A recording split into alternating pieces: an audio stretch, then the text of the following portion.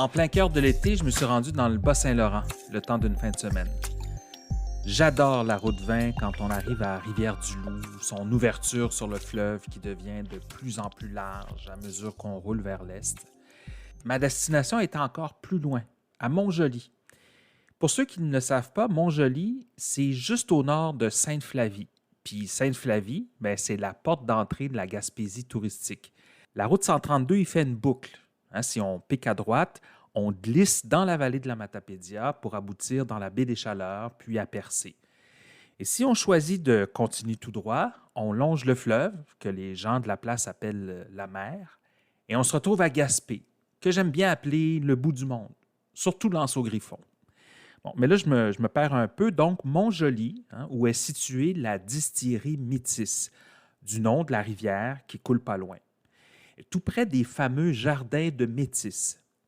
Ici, on produit du gin, du rhum et de l'acérum, une eau-de-vie à base de sirop et d'eau d'érable. La distillerie, c'est le projet de 2 ingénieurs. Ils ont construit un immeuble moderne, tout en bois, dans lequel on retrouve la zone de production avec l'alambic bien en vue derrière une grande fenêtre, le chai pour le vieillissement des produits en baril et une petite boutique. J'y rencontre Yann Lévesque, un ingénieur en électromécanique qui m'explique comment l'idée a germé il y a fort longtemps. Moi, je me souviens, c'était en 2004, 2005. J'avais visité l'île du Prince-Édouard en moto. Avec ma blonde, on se promenait. Et là, on tombe sur une petite distillerie, mais petite, quand même assez grande. De vodka aux patates puis aux bleuets. Je rentre là-dedans. Ça m'avait un peu, pas impressionné, mais j'avais vraiment trouvé ça cool dans le sens que tu transformes une matière dans un coin de ton pays à toi. T'es pas dans les grands centres, t'es pas dans le brouhaha, tu fais qu'est-ce que tu as à faire, puis tu partages ça aux gens par la suite. Moi, c'était l'étincelle de voir hey, on est capable de prendre les matières qu'on a autour de soi, d'en faire quelque chose de nouveau, puis de le partager. Et par la suite, j'ai connu David, mon partenaire, parce que nos conjoints se connaissent bien.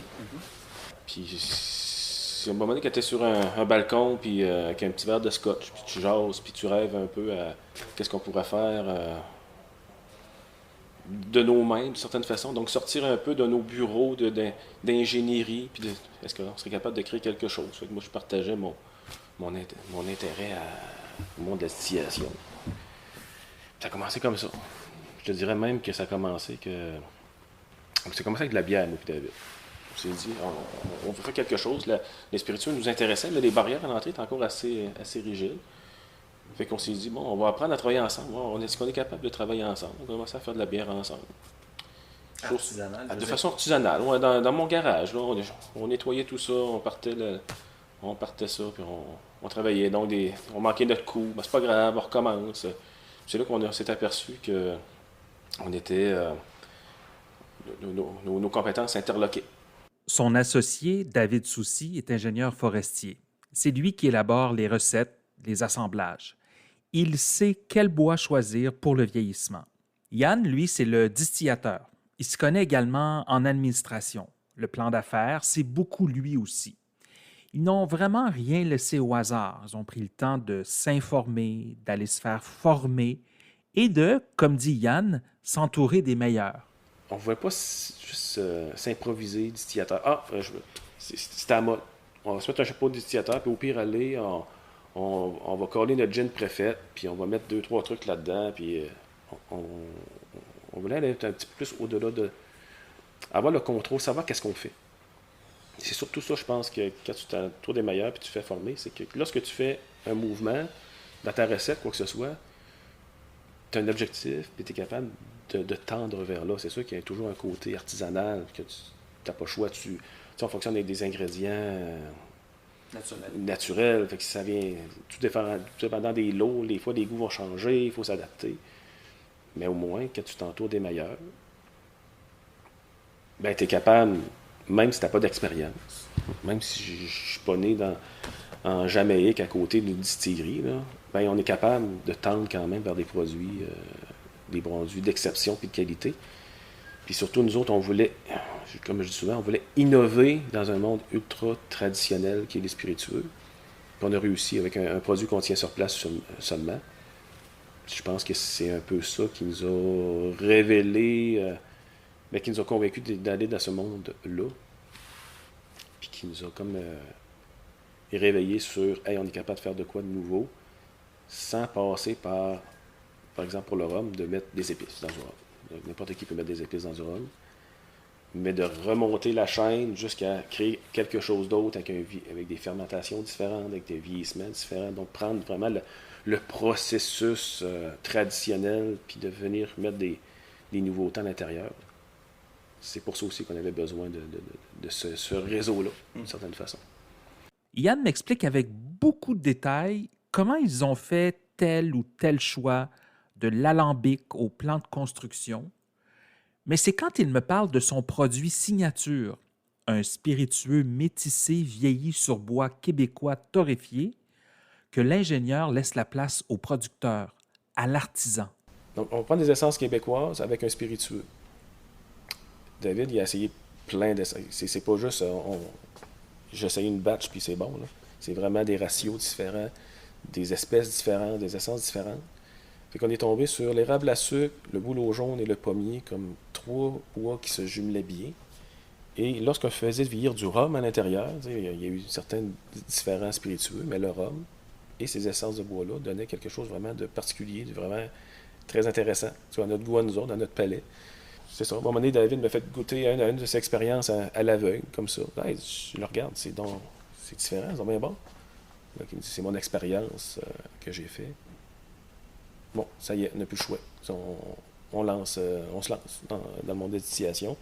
Et là, on se retrouve avec un jumelage entre un classique du Sud puis des essences du Nord. Là, on a vraiment un peu le produit d'une façon nichée, mais en même temps qui convient à tout amateur de spiritueux. Je pense qu'il est quand même assez...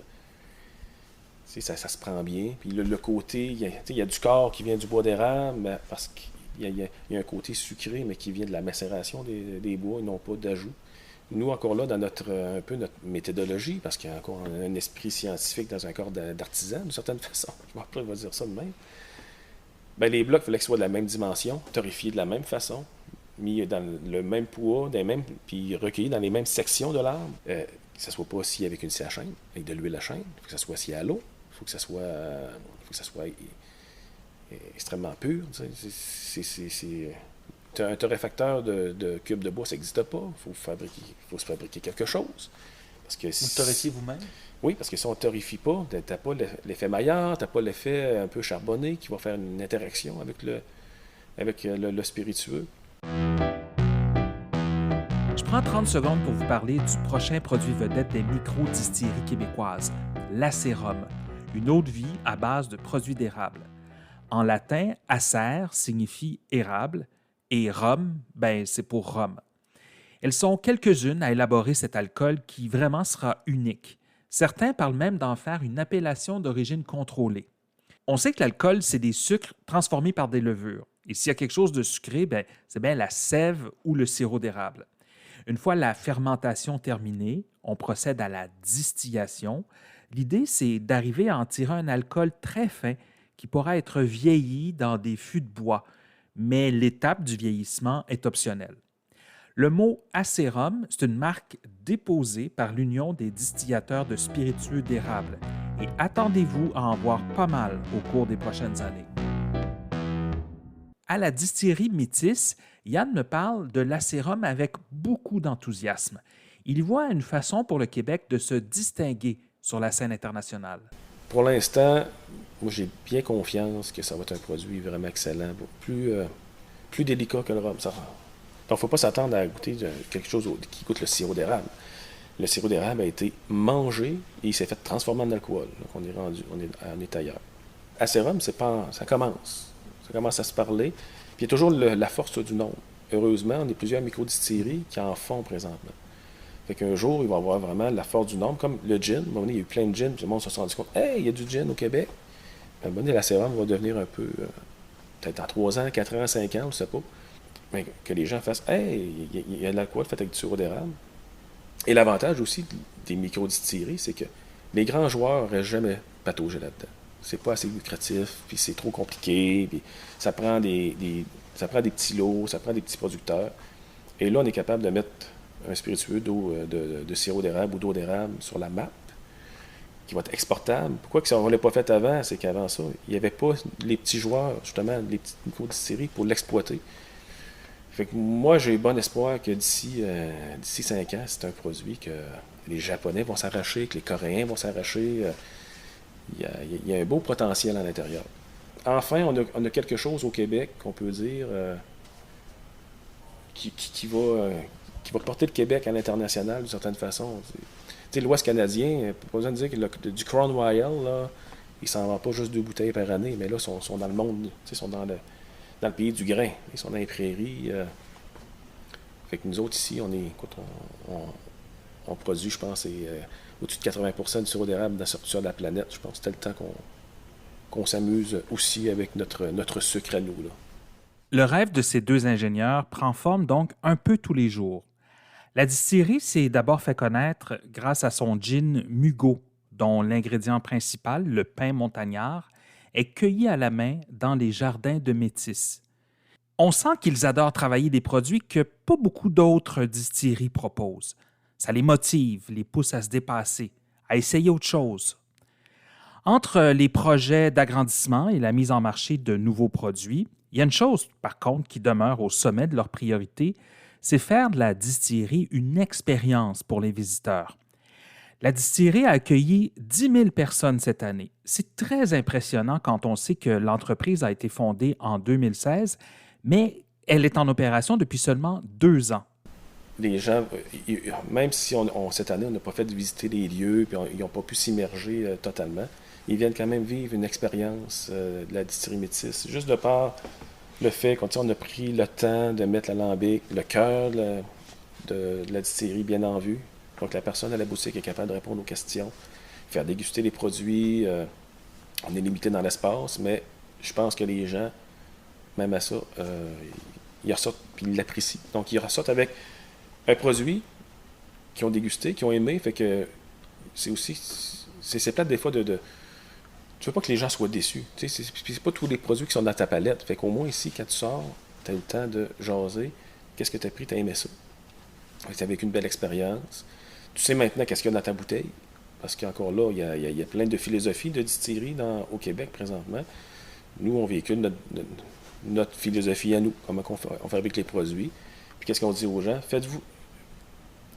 Prenez juste le temps de savoir qu'est-ce que vous achetez, qu'est-ce que vous buvez. Juste être sûr, c'est quoi? Hey, vous mettez quand même 40 quelques dollars, 50 quelques dollars sur une bouteille, vous payez un petit luxe, mais au moins, ce petit luxe-là, il faut que ça soit complet. Il faut que l'expérience soit totale. Autant gustatif que la provenance, de comment c'est fait. Puis que les producteurs en arrière de ça, c'est-tu des gens passionnés d'argent ou des passionnés de produits? Fait que, nous autres, habituellement, les gens savent pas mal dans quelle passionnés dans quel cas qu'on est. On est vraiment des passionnés de produits. C'est ça qu'on partage.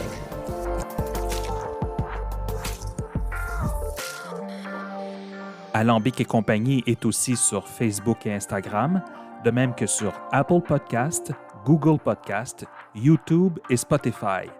Abonnez-vous et partagez.